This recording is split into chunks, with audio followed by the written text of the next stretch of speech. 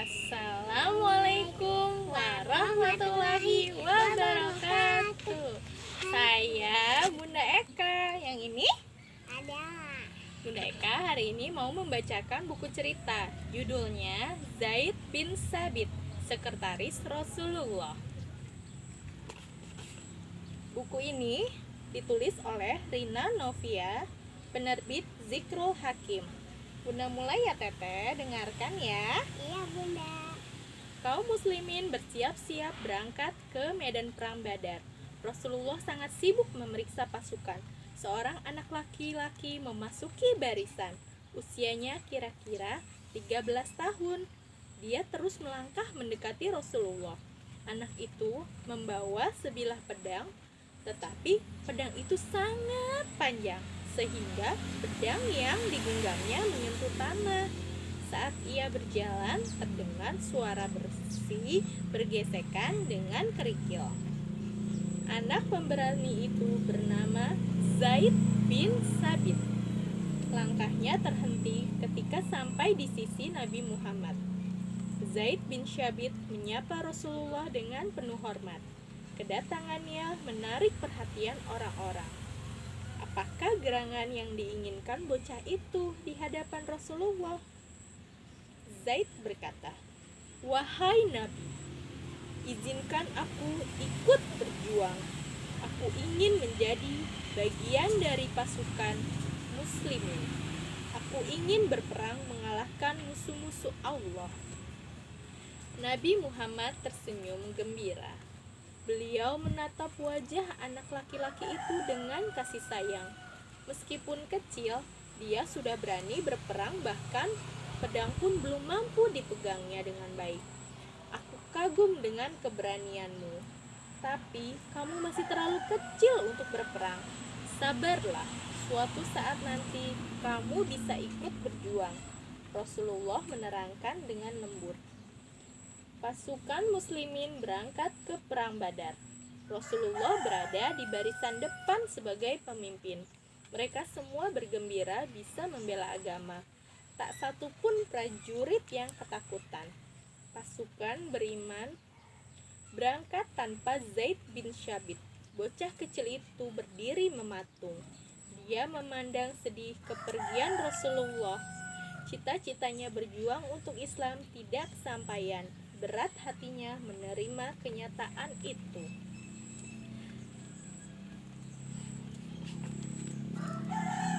Nuar binti Malik memandang dari kejauhan. Ibu Zaid ikut bersedih atas kekecewaan putranya. Si ibu membayangkan ayah Zaid yang telah wafat. Tentu sang ayah bangga putranya bisa ikut berjuang. Si ibu mengusap kepala Zaid. "Sabarlah anakku, jangan larut dalam kesedihan. Pasti ada cara lain berjuang untuk agama. Sekarang tenangkanlah dulu dirimu. Mari kita pulang," bujuk Ibu Zaid. Zaid bin Sabit berdiam diri, tetapi dia bukan termenung dalam kesedihan, melainkan sedang berpikir keras. Kira-kira apa yang bisa aku perjuangkan untuk Islam? Apa kelebihan yang aku miliki?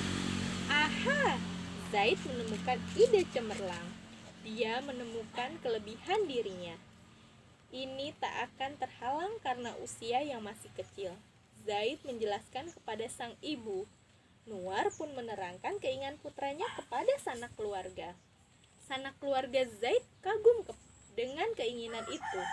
Setiap rencana baik memang harus didukung.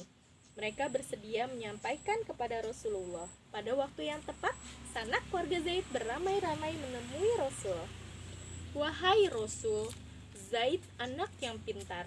Dia ingin berbakti kepada agama dengan kepandaiannya. Zaid bercita-cita mengabdi kepadamu. Anak ini ingin menyertaimu," ungkap seorang perwakilan keluarga Zaid. "Baiklah, coba terangkan apa kelebihannya?" tanya Nabi Muhammad. Salah seorang menjelaskan, Zaid hafal 17 surah dari Al-Quran. Bacaan Al-Quran Zaid sangat baik. Tajwidnya pun bagus. Pokoknya sesuai dengan ajaran Rasul. Sanak keluarga yang lain melanjutkan, Zaid mahir membaca dan menulis bahasa Arab. Keahliannya mengenai bahasa sangat menakjubkan. Dia pantas mendampingimu. Kemudian Zaid menunjukkan kebolehannya dengan gembira. Dia baca Al-Quran dengan suara merdu. Dan dia menguasai ilmu tajwid dengan benar. Bacaan Al-Quran Zaid benar-benar indah. Hadirin yang menyaksikan berdecak kagum. Pokoknya penampilan Zaid sangat memuaskan. Wajah Rasulullah tampak cerah. Zaid bin Sabit tidak berhenti di sana. Di hadapannya terhampar lembaran yang berisi tulisan. Zaid mulai membaca dengan lancar, kemudian dia juga menulis bahasa Arab dengan baik. Ingat adik-adik, di zaman itu belum ada sekolah-sekolah resmi. Ketika itu sangat sedikit orang yang bisa baca dan tulis. Orang-orang dewasa yang mampu cuma beberapa saja, apalagi anak-anak kecil. Nah, benar jarang yang bisa baca tulis. Disinilah letak kehebatan Zaid. Zaid bisa menulis dan membaca. Padahal ketika itu usianya baru 13 tahun. Rasulullah mengagumi keistimewaan Zaid bin Sabit. Rasulullah punya rencana khusus. Zaid cocok menjadi sekretaris yang handal. Dia juga anak yang cerdas, tentu tidak akan terkecoh orang jahat. Zaid membutuhkan perbekalan ilmu tambahan. Rasulullah berkata, "Wahai Zaid, pelajari dan kuasai bahasa Ibrani. Niscaya kamu akan bisa dekat denganku. Kemampuanmu akan sangat berguna membela agama Islam." Sejak saat itu, Zaid menjadi sahabat dekat Rasulullah. Nabi Muhammad menyuruh Zaid menguasai bahasa Ibrani. Itu bahasanya kaum Yahudi. Kenapa ya disuruh belajar bahasa Ibrani kaum Yahudi? Karena kaum Yahudi terkenal licik dan jahat. Sejarah membuktikan kaum itu sering menipu. Umat Islam jangan sampai terjebak tipuan Yahudi. Salah satunya yaitu belajar bahasa Ibrani. Zaid menyadari betapa pentingnya tugasnya. Kemampuan menguasai bahasa Ibrani sangat bermakna. Dia akan paham gelagat buruk Yahudi melalui bahasa. Tanpa menunda waktu, Zaid langsung beraksi. Dengan tekun ia belajar bahasa Ibrani. Dia mendengarkan dan menyimak percakapan orang Yahudi. Zaid mencermati tulisan-tulisan mereka. Otak Zaid benar-benar cemerlang. Karena belajar, dia berhasil menguasai bahasa Ibrani dalam waktu yang singkat. Zaid lancar berbicara, membaca, dan menulis. Nabi Muhammad menyambut gembira. Sejak itu, berbagai urusan kenegaraan dilakukan oleh Zaid. Dia telah menjadi sekretaris negara. "Wahai Zaid, datanglah kemari. Siapkan peralatan tulis-menulis. Aku hendak menulis surat kepada kaum Yahudi," seru Nabi Muhammad. Zaid menyiapkan segala keperluan dan dia mencatat surat yang didikte Rasulullah dengan bahasa Arab. Zaid menerjemahkan bahasa Ibrani dengan sempurna sehingga orang yang membaca surat itu menjadi paham. Semenjak itu Zaid sangat terkenal. Kehebatannya menjadi perbincangan masyarakat. Banyak orang yang memuji kehebatannya menguasai bahasa Ibrani. Tapi dia tidak sombong, dia tetap ramah dan rendah hati.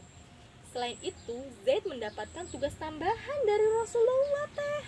Dia harus mempelajari bahasa Suryani.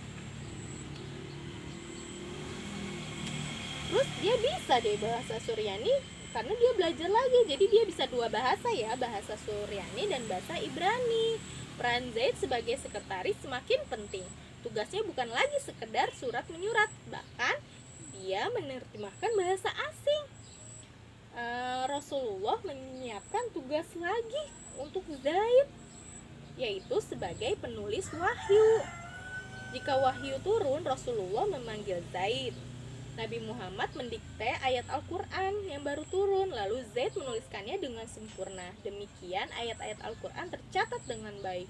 Kemudian Rasulullah pun wafat. Zaid sudah menjadi pria dewasa. Dia semakin disegani karena luas ilmunya. Umat Islam banyak bertanya kepadanya tentang Al-Quran. Dia juga diangkat sebagai penasehat kaum muslimin. Kalau ada yang kesulitan, mereka selesaikan bersama Zaid. Khalifah pun sering meminta pendapatnya. Zaid pun senang membantu kaum Islam. Semakin lama, Zaid sabit semakin tua, hingga datanglah ajal. Dia pun meninggal setelah banyak berjasa kepada agama dan masyarakat. Zaid meninggal sehingga kaum muslimin sedih. Mereka kehilangan tokoh penting dalam ilmu pengetahuan. Bahkan Abu Hurairah berkata, telah meninggal dunia samudra ilmu umat ini.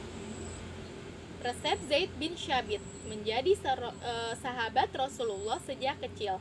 Dia punya semangat tinggi, masih kecil dia udah mau berjuang melawan,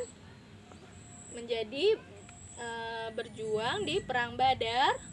Terus yang kedua, menguasai berbagai bahasa asing. Yang ketiga, melaksanakan tugas sekretaris dengan baik. Sekarang Bunda punya pertanyaan untuk Teteh. Kegagalan apa yang dialami Zaid? Kegagalan menjadi prajurit. Nabi Muhammad memberi tugas kepada Zaid. Apa tugasnya? Yaitu belajar bahasa Ibrani. Apa tugas Zaid yang diembankan oleh Rasulullah? Dia menjadi apa? Sekretaris. Setelah wafat Rasulullah, apa yang dilakukan oleh Zaid? Menebar ilmu dan memberikan nasihat. Apa sebutan yang diberikan Abu Hurairah kepada Zaid? Yaitu samudra ilmu. Sudah selesai Bunda ceritanya ke Teteh. Teteh senang Bunda ceritain? Senang. Nah, sudah selesai ya. Wassalamualaikum warahmatullahi wabarakatuh.